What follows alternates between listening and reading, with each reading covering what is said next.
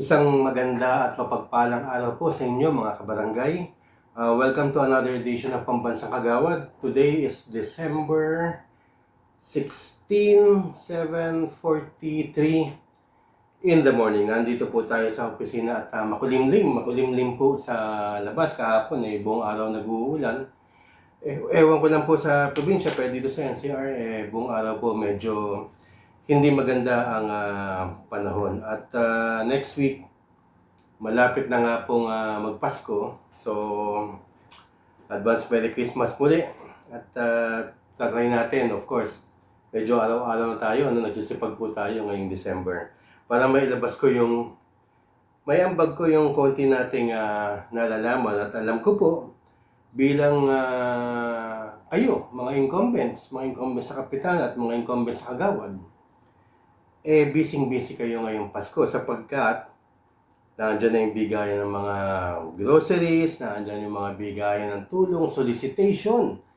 Walang sawang solicitation yan hanggang Christmas party, Christmas gift giving, mag-aambag ka ng mga gifts doon, lalo sa kapitan. At syempre, kawawa naman yung mga kagawad, sapagkat walang-wala rin naman tayo sweldo. Asa lang din naman tayo sa ating honorarium. I remember, nung time namin, pagdating ng December, ubos talaga kami, ubos. Kaya, next year, bilang election year 2026, malaking advantage para sa mga aspirants na magsimula ng maaga mangampanya next year. Hindi ko sinasabi mga kampanyang obvious na nangangampanya ha. Ang sinasabi ko lamang kung hindi kayo kilala at ang strategy ko lamang naman para sa mga aspirants o para sa mga incumbents na walang ganito, mabuti na to start early next year sapagkat para sa mga incumbents, pagdating ng January, tahimik ang mga incumbents dahil ubos na. Ubos na yung mga yan. Nagre-recuperate, namamahinga sa gastos. And I think, kasi kahit nasabayan nyo sila ngayon, ang mga incumbents ang sikat ngayon, sapagkat sila ang namimigay Mga pamigay ni Mayor, nandun ka, pamigay ni Gov, pamigay ni Congressman, imbitado kayo, tumutulong kayo, nandun kayo, sikat kayo ngayon, di ba? At pasalamat ang mga tao. Pero people, being people, kung sino lang ang huling nag-abot, yun ang mga naalala nila And pagdating ng January, limot na lahat yan. Even kahit nakalista kayo, mga incumbents sa kanilang mga, Christmas party greetings, mga ganyan. Pagdating ng January election year, tapos na yan. So, yung mga mauutak na mga kumakandidato, regardless kung kandidato ka or ikaw ay aspirant o ikaw ay incumbent, marunong mag-pacing sa gastusan. Pero, for the aspirants, pinakamaganda lumabas itong January up to May. At hindi yan yung lumalabas ka or nagpapakilala ka ng obvious na ikaw ay tumatakbo. Nandun ka lang. Nakikipag-usap ka sa mga tao, visible ka sa barangay nyo, tumutulong ka paminsan-minsan, pero you have to be able to pace yourself and you have to be able din na at the same time, hindi ka masyadong halata na tumutulong ka dahil tumatakbo ka. Merong fine line yan. Kung sa tingin mong nag-viral ka halimbawa, nag-post ka ng ganito sa isang araw, tama na muna yun for the month, tama na muna yun for the next 2 weeks sapagkat mahirap ma-overexpose sa politics, titirahin ka agad. At makikita ka agad yung motibo mo. Para naman sa mga incumbents, alam niyo yung 1 year na ibinigay na extension sa inyo, malaking tulong yun Kasi for the kapitan, makakagawa pa siya ng marami. And para sa mga hagawad na walang na-file na ordinansa at saka resolution, now is the time na kahit isa o dalawang na-file ninyo, hindi naman ibig sabihin papasa, pero na-file ninyo para sa barangay ninyo. Yun din naman ang ipapakita ninyo pagdating ng eleksyon. Kasi iba ang pinapakita ng kagawad na aspirants, iba rin ang pinapakita ng mga nakaupo. Mga nakaupo, mga ordinansa talaga pinapakita nila. Ibig sabihin, meron ako nagawa. Kaya, always tatandaan nyo yun, mga incumbents. Wala kayong mapapakita kundi ang inyong ordinansa. Kasi lahat naman tumutulong eh.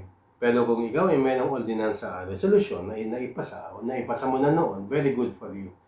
Hindi mo kailangan kabahan. Kasi ang mga tao, at least nakita nila, ito si Kagawad Butch may nagawa. Kahit pa paano meron siyang pinasa or i-final ng mga ordinansa. So, nagtatrabaho pa sa atin yan. Yung mga feeding program, yung mga pamimigay ng mga tulong, kung ano pa man, alam ninyo, ano yun, natural yan para sa isang public servant. So, kahit nakipagsabayan ka pa, hindi masyado yan. Pero when it comes to yung talagang mga nag-iisip na mga botante, ang ordinansa mo at resolution, ang magbibigay sa iyo ng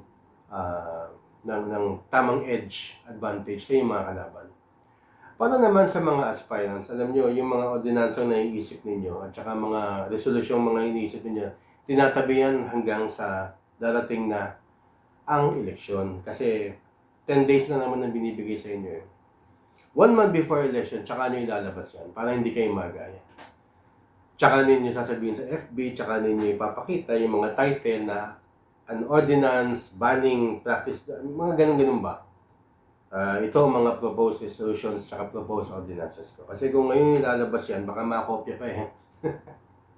Kaya ang ibig ko na naman sabihin habang kayo ay umikot, incumbents at saka mga aspirants, tiyatago ninyo ang inyong mga baraha.